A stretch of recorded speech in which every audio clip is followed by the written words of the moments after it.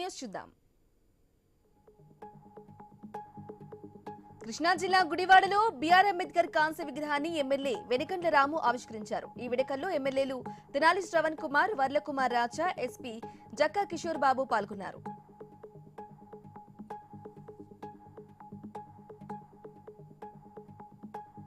ఏలూరు శివారులో హైవే పక్కన ముళ్ల పొదల్లో ప్రాణాలతో ఉన్న 10 ఏళ్ల బాలికను స్థానికులు గుర్తించి పోలీసులకు సమాచారం ఇచ్చారు. మానసిక వికలాంగురాలు కావటంతో తల్లిదండ్రులే పడేసి ఉంటారని అనుమానాలు వ్యక్తం చేస్తున్నారు.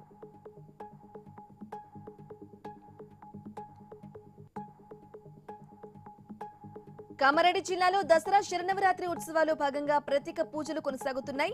దేవునిపల్లిలో పోచమ్మ తల్లికి దుర్గా సేవా సమితి ఆధ్వర్యంలో అమ్మవారికి బోనాలు సమర్పించారు.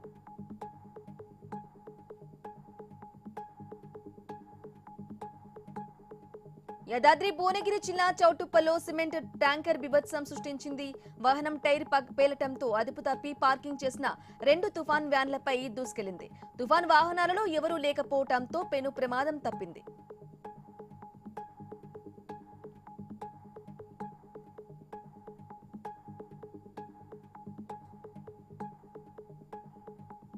భద్రాద్రి కొత్తగూడెం జిల్లాలో స్థానిక సంస్థల ఎన్నికలను ప్రశాంతంగా నిర్వహించడానికి పటిష్ట కార్యాచరణ అమలు చేయాలని కలెక్టర్ జితేష్ వి పాటిల్ అధికారులను ఆదేశించారు. రాష్ట్ర ఎన్నికల సంఘం విడుదల చేసిన షెడ్యూల్ ప్రకారం జిల్లాలో 2 విడతలలో ఎన్నికలు జరగనున్నట్లు తెలిపారు.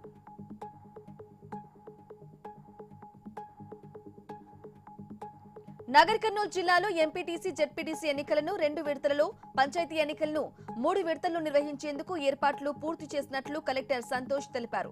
ఎన్నికలను ప్రశాంత వాతావరణంలో పగడ్బందీగా నిర్వహించేందుకు చర్యలు తీసుకుంటున్నట్లు తెలిపారు.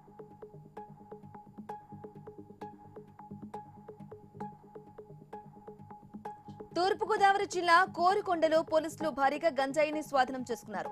ఒక ఐచర్ వ్యాన్తో పాటు 2 వ్యక్తులను అరెస్టు చేశారు. వారి నుంచి 20 లక్షల విలువైన 409 కేజీల గంజాయిని స్వాధీనం చేసుకున్నట్లు సిఐ సత్యకిషోర్ తెలిపారు.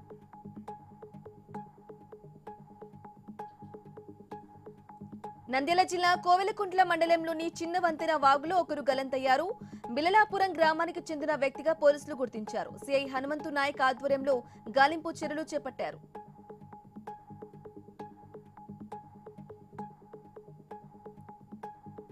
కృష్ణానది వరదలతో మునిగిన లంక గ్రామాల్లోని పేదలకు 3 సెంట్ల స్థలాన్ని ఇచ్చి శాశ్వత ఇళ్ల నిర్మాణాలు చేపట్టాలని సిపిఎం రాష్ట్ర కార్యదర్శి వర్గ సభ్యులు బాబురావు డిమాండ్ చేశారు.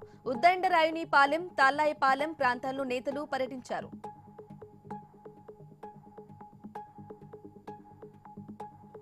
ఖమ్మంలోని సర్దార్ పటేల్ స్టేడియంలో 50 లక్షల రూపాయలతో నిర్మించిన టేబుల్ టెన్నిస్ ఇండోర్ స్టేడియంను మంత్రి తుమ్మల ప్రారంభించారు.